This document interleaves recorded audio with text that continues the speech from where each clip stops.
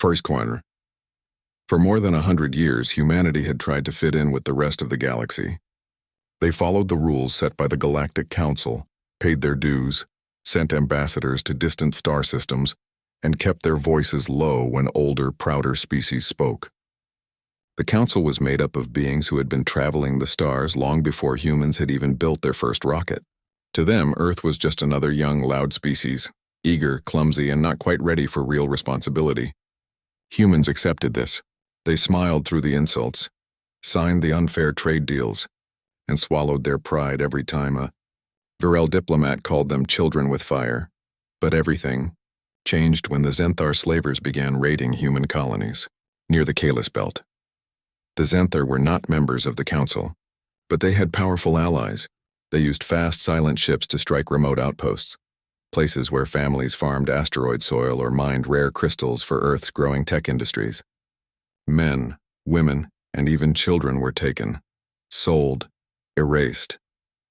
When the first distress calls reached Earth, the United Earth Assembly demanded action.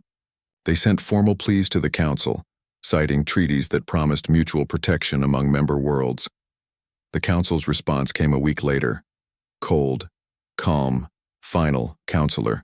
Vex of the Karathi delegation explained that the Zenthar operated in disputed neutral zones, and that interfering would violate the Sovereign Non-Intervention Accord. In plain words, it wasn't their problem. Other species nodded in agreement. After all, the Zenthar hadn't touched their people. Why risk war over a few thousand humans? Back on Earth, people watched the broadcast in silence. In cities from New Chicago to Lunadome, faces turned grim. Parents held their kids tighter. Veterans of the Martian border skirmishes clenched their fists. The message was clear. Humanity didn't matter enough to protect. President Daniel Hayes had been in office for just 18 months. He was a quiet man, once a schoolteacher from Oregon, known more for his calm than his fury. But that night, in the dim light of the presidential residence, he made a decision that would change everything. 3 days later, he stood before the United Earth Assembly in Geneva. Not in the usual diplomatic robes, but in a simple dark suit. No flags behind him, no music. Just him, a podium, and billions watching across the solar system and beyond. Today, he began, his voice steady but heavy, we end our participation in a system that sees our lives as negotiable. He didn't shout. He didn't threaten. He simply laid out the truth. For over a century, humanity had given more than it received. It had shared its medical advances, opened its shipyards to joint projects, and even defended Council supply lines during the Drathan uprisings, without being asked. And in return, silence, indifference, betrayal. From this moment forward, Hayes said, Earth recognizes no authority above its own people. We withdraw from all Galactic Council treaties.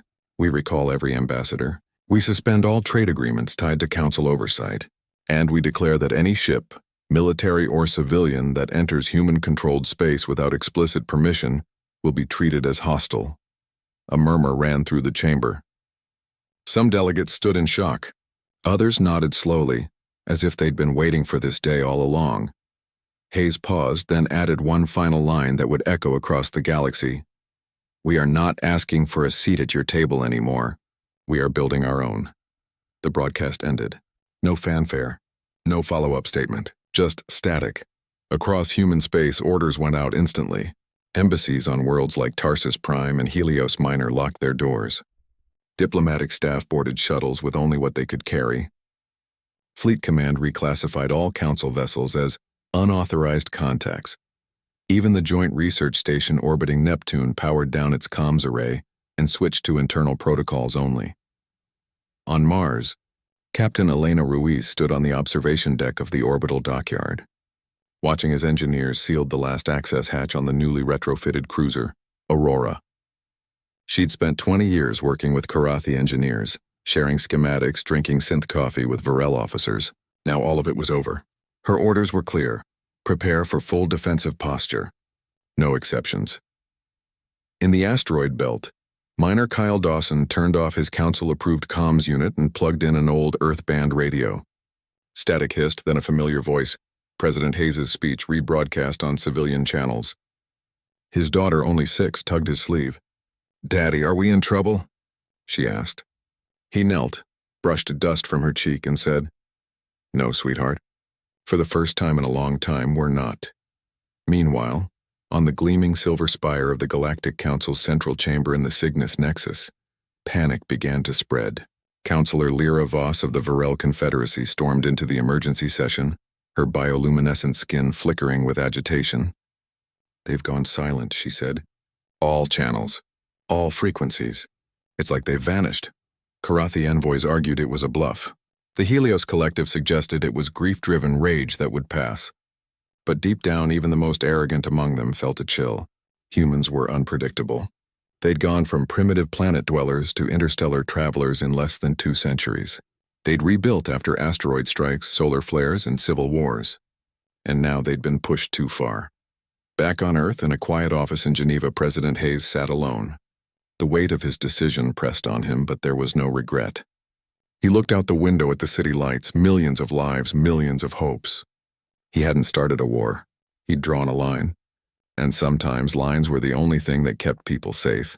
Far above, in the silent dark between stars, human ships powered up their drives.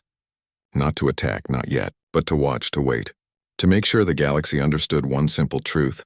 Humanity was no longer asking to be heard. It was speaking, and the rest would have to listen. Part 2. The silence from Earth was louder than any war cry. Within hours of President Hayes' speech, every human outpost beyond the Sol system went dark.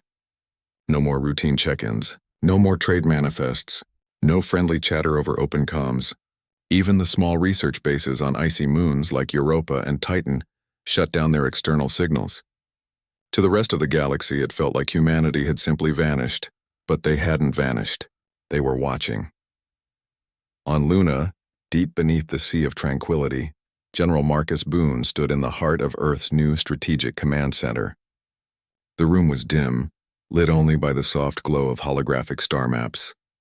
Red markers blinked along the edges of human space. Old trade routes, former diplomatic lanes, jump points once shared freely with Council allies. Now every one of them was monitored. Every ship that approached was logged, scanned, and tracked until it turned back or was warned away. Boone wasn't a man of many words. He'd spent most of his career on Mars, defending mining convoys from pirate raids. He knew what silence meant. It wasn't surrender. It was preparation. Across the system, the same quiet readiness spread.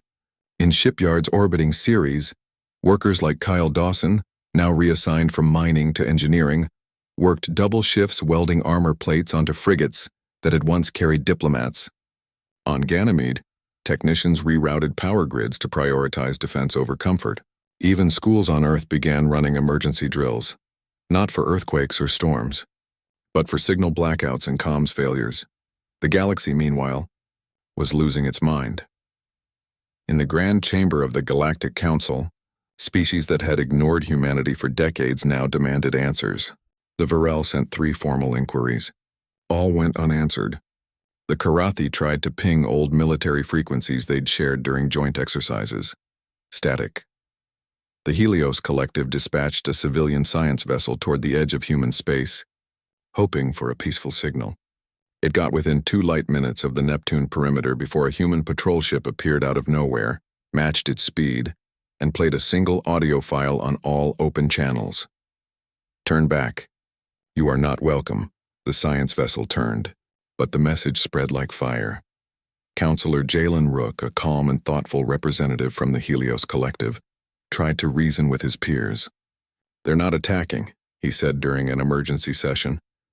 "They're just closing their door. Maybe we should ask why instead of assuming the worst." But fear had taken root. The Zenthar slavers, sensing weakness, began testing the edges of human territory again. They sent a single raider toward a small colony on Proxima B. It never made it past the Oort cloud.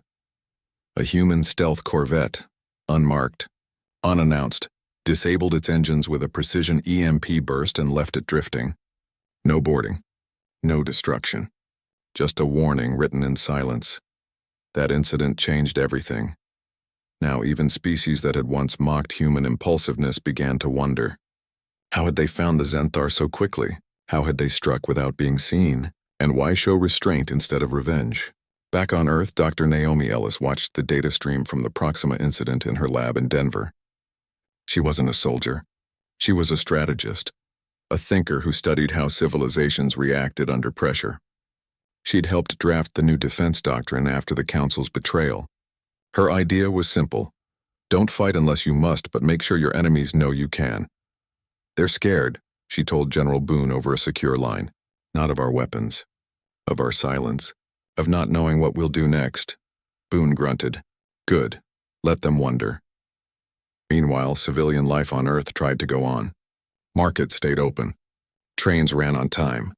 Children went to school. But there was a new tension in the air. People spoke less about galactic politics and more about home, about protecting what they'd built. Posters appeared in cities, stand together. Our space, our rules. Not angry. Just firm. Captain Elena Ruiz, now commanding the cruiser Aurora, patrolled the outer rim of the Sol system. Her crew was tense but focused. They'd trained for war, but this was different. This was waiting, watching, being ready without showing your hand. One night, as the Aurora drifted near the Kuiper Belt, her sensors picked up a faint signal. Not a ship, not a weapon, just a data packet bouncing off an old relay satellite. It was from a human freighter that had been stranded near Alpha Centauri when the recall order came. The crew had managed to jury-rig a transmitter. The message was short. We're coming home. Please don't shoot. Ruiz authorized a safe corridor. She sent a reply. Welcome back. We've got you. That small act, kindness wrapped in caution, was the true face of humanity now. Not rage, not conquest. Protection. But the Council didn't see it that way. In their eyes, the silence was a threat. The disabled Zenthar ship was proof of aggression. The closed borders were an act of defiance. And so, behind closed doors, they began to plan. A secret meeting was held between the Karathi High Command and the Varel Defense Directorate. They proposed a joint blockade. Not an invasion, just a show of force. Cut off human trade lanes, force them back to the negotiating table. They believed humans couldn't survive long without galactic resources. They believed hunger and isolation would bring them to their knees. What they didn't know was that Earth had spent the last decade building self-sufficiency. Fusion reactors powered cities. Vertical farms fed billions. Asteroid mining provided rare metals. Humanity didn't need the galaxy anymore, not the way the galaxy needed to believe it did. As the Council finalized its blockade plan, President Hayes met with his advisors in Geneva. They'd intercepted fragments of the proposal through old back-channel relays.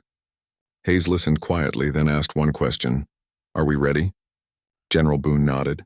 Every ship, every station, every citizen. Hayes looked out the window again. The sun was setting over Lake Geneva, painting the sky in soft oranges and purples. He thought of his childhood, of fishing with his father, of believing the stars were just lights in the sky. Now those stars held enemies, allies, and everything in between. Then let them come, he said. And so, as the galaxy buzzed with rumors and fear, humanity held its breath. Not in fear, not in anger, but in readiness. They had closed their door. Now they would decide who got to knock. Part 3 of weeks passed with no word from Earth, no signals. No ships leaving human space. No replies to messages, not even from old friends or former allies. The silence wasn't empty. It was heavy like the quiet before a storm. And the Galactic Council could feel it pressing down on them. At first, they thought it was a bluff, a dramatic show of anger that would fade once humans realized how much they depended on galactic trade. But as days turned into weeks, doubt crept in. Human-made medicines stopped flowing to Varel hospitals. Rare Earth-grown alloys vanished from Karathi factories. Even simple things like human-designed entertainment streams or educational programs disappeared from public networks.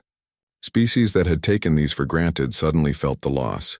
Then came the rumors. A Karathi scout ship, sent to monitor the edge of human space, went missing. Not destroyed. Not captured, just gone. Its last transmission showed a flash of light, too fast for weapons fire and then static. When it reappeared 3 days later, drifting near Neptune, its systems were intact but its crew was unconscious. Medical scans showed no injury, only deep neural fatigue, as if their minds had been gently shut down and restarted. The ship's logs had been wiped clean except for one line. You were warned. That was when panic truly began. Council chambers, once filled with calm debate, now echoed with raised voices and frantic gestures. The Varel demanded stronger action. The Karathi called for immediate military readiness. Even the usually peaceful Helios Collective grew uneasy. Councillor Jalen Rook tried to calm them.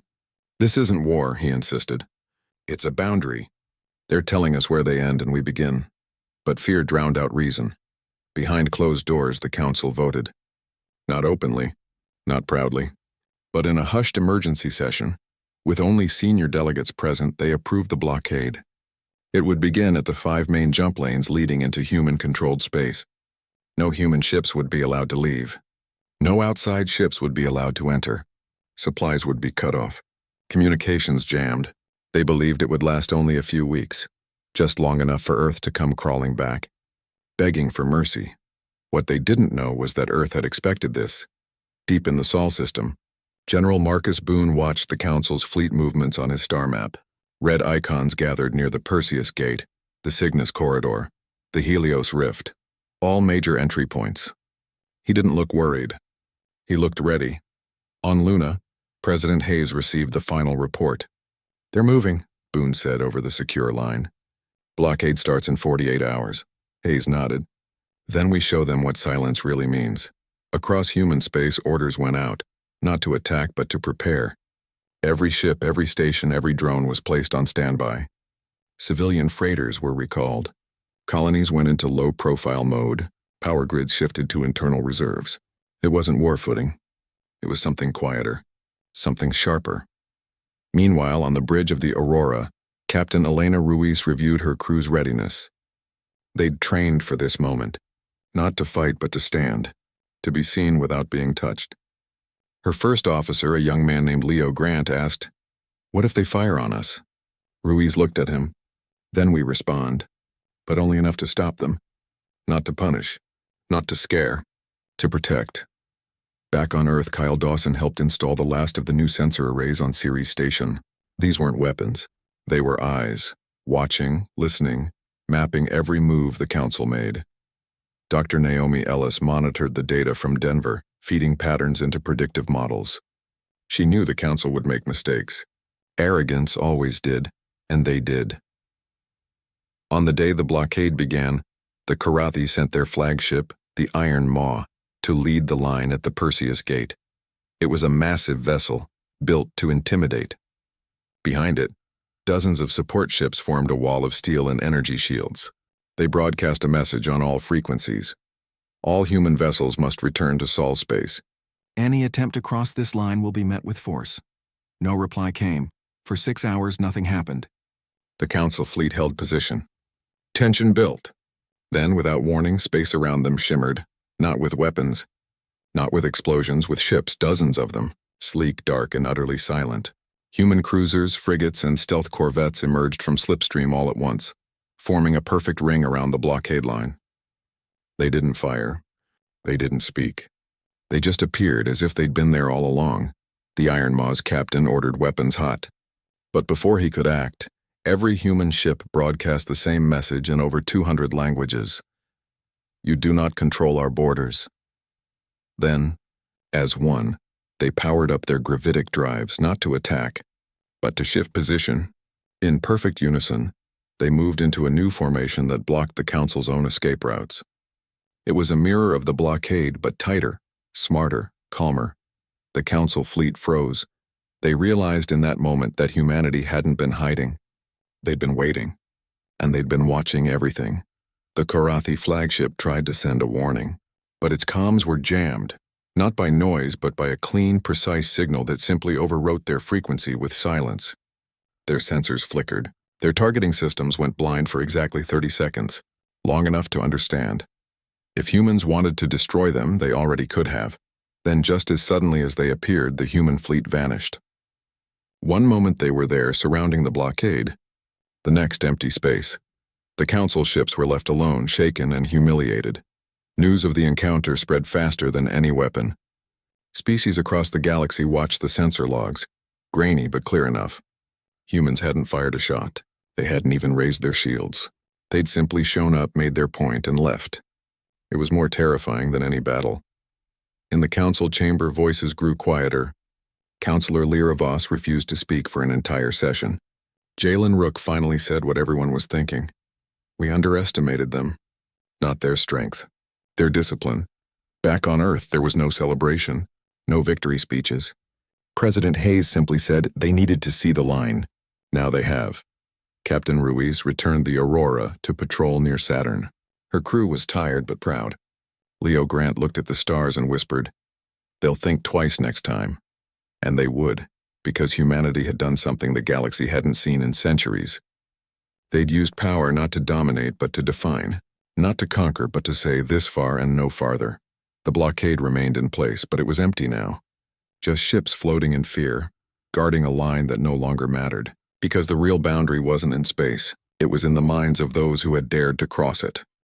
Gartfor. The blockade lasted 3 days. On the 4th morning, as the Karathi flagship Iron Maw drifted in uneasy silence near the Perseus Gate, its sensors lit up again. Not with weapons fire or distress calls, but with movement. A lot of it. From every direction, human ships returned. Not in a scattered wave, but in perfect formation. Carriers the size of small moons, frigates with hulls darker than space itself, and in the center a new class of vessel no one had seen before. Gravitic cruisers, their surfaces smooth and unbroken, humming with quiet energy. This time, there was no message. No warning, just presence. The Council fleet braced for attack, shields flared, weapons charged. But the human armada did nothing. They simply held position, engines idling, lights dimmed. Then, as if guided by a single mind, every ship in the human fleet turned their bows toward the blockade line and held there. Not advancing, not retreating, just waiting. It was the most terrifying thing the Council had ever seen, because it wasn't aggression. It was certainty. On the bridge of the Iron Maw, Captain Vorel of the Karathi stared at the display, his claws gripping the armrests until they cracked. He had expected rage. He had prepared for battle. But this calm, this control, it made no sense. Why show such power and not use it? Why gather an armada and just stand? He didn't understand. And that scared him more than any weapon. Back on Earth, General Marcus Boone watched the live feed from Luna Command. He didn't smile. He didn't speak. He just nodded once. The plan was working. Not because they had scared the Council, but because they had shown them something new. Strength without cruelty, power without pride. In Denver, Dr. Naomi Ellis reviewed the data streaming in from the edge of human space. Every Council ship was broadcasting fear signals, subtle shifts in energy output, erratic comms traffic, even crew biometrics leaking through old diplomatic channels. They were panicking, not because they thought they'd lose a fight, but because they realized they never truly knew what humanity was capable of. And they were right. For years, humans had shared only what they wanted the galaxy to see. Friendly tech, open trade routes, cooperative research. They'd hidden their real advances, not out of malice but caution. Now that caution had become their shield. On Ceres Station, Kyle Dawson finished calibrating the last gravitic relay. It wasn't a weapon. It was a tool, one that bent local space just enough to let human ships appear and disappear without warning. The Council thought it was magic. It was just physics. Human physics. Meanwhile, Captain Elena Ruiz stood on the bridge of the Aurora, watching the blockade ships through the main viewport. She could see their lights flicker, nervous, unsure. She remembered the days when she used to share coffee with Karathi officers, laughing about engine quirks and bad rations. Now they saw her as a threat. And maybe they were right, not because she wanted to hurt them, but because she would protect her people at any cost. The human fleet held its position for exactly 1 hour. Then, without a single command broadcast, every ship powered down their external lights. For a moment, the blockade line went dark. The only thing visible was the faint glow of Earth's distant sun, reflecting off human hulls like whispers. And then, all at once, they vanished. Not with a flash. Not with a roar.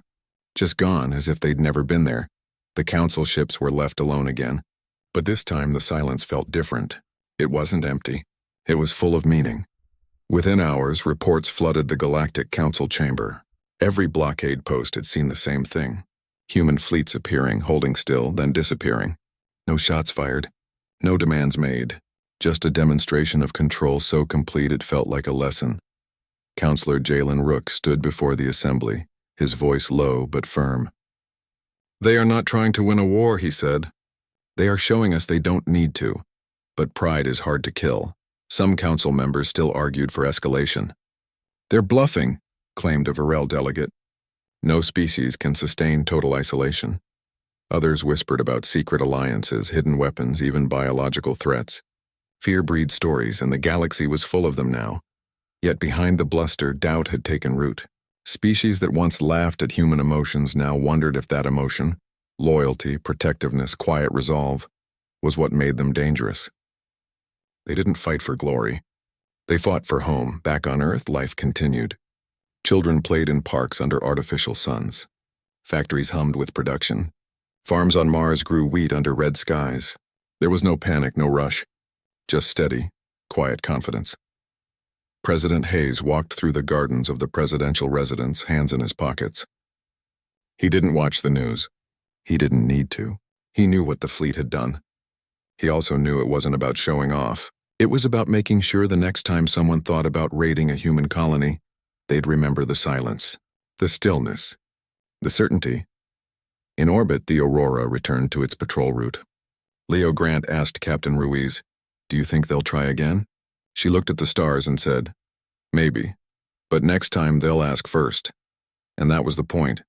Humanity hadn't built an empire. They hadn't declared war. They'd simply drawn a line in the void and stood behind it, not with shouts but with silence. Not with fire but with focus. And in doing so, they'd changed the balance of the galaxy without firing a single shot. The blockade remained, but it was hollow now. Just metal and fear floating in space. Because everyone, council, slavers, neutral traders, knew the truth. The real power wasn't in who had the biggest guns. It was in who had the will to use them wisely, and humanity had just shown they had both. Part 5. Months passed and the galaxy changed. The Galactic Council still sat in its grand chamber in the Cygnus Nexus, but the air was different now. The confidence was gone. The certainty that older species knew best had cracked. Species that once ignored Earth's voice now checked their comms twice a day, hoping for a signal that never came. Trade routes once controlled by the Council began to shift. Independent systems, small colonies, mining outposts, free ports, started looking towards Sol not with fear but with hope. They saw what humanity had done, stood alone, held firm, and won respect without bloodshed. And they wanted that too. On the edge of the Orion Spur, the Helios Collective quietly opened direct talks with Mars, not through the Council, not with permission. Just two groups of people speaking as equals.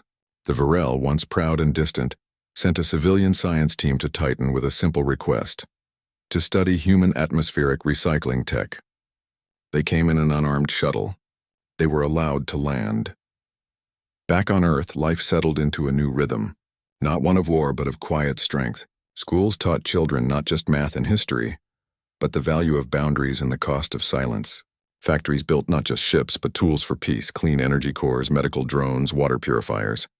Humanity wasn't closing itself off. It was choosing who to let in. President Daniel Hayes rarely spoke in public now, but when he did, the galaxy listened. His words were few, but they carried weight. He didn't boast. He didn't threaten. He simply stated facts. And facts, it turned out, were harder to ignore than shouts. In Luna Command, General Marcus Boone watched as new data came in. Independent systems were signing mutual aid pacts with Earth, not military alliances. Just agreements: if you help us, we'll help you. No council oversight, no hidden clauses. Just trust. It was a small thing, but it was spreading. Captain Elena Ruiz took the Aurora on a new kind of mission. Not patrol, not defense. Escort. She guided a convoy of civilian freighters from Proxima B to a free station near Sirius. The ships carried food, medicine, and engineers, not soldiers. When a Karate patrol spotted them, they didn't challenge. They just watched. And then moved on. That was the real victory, not fear, not obedience. Respect.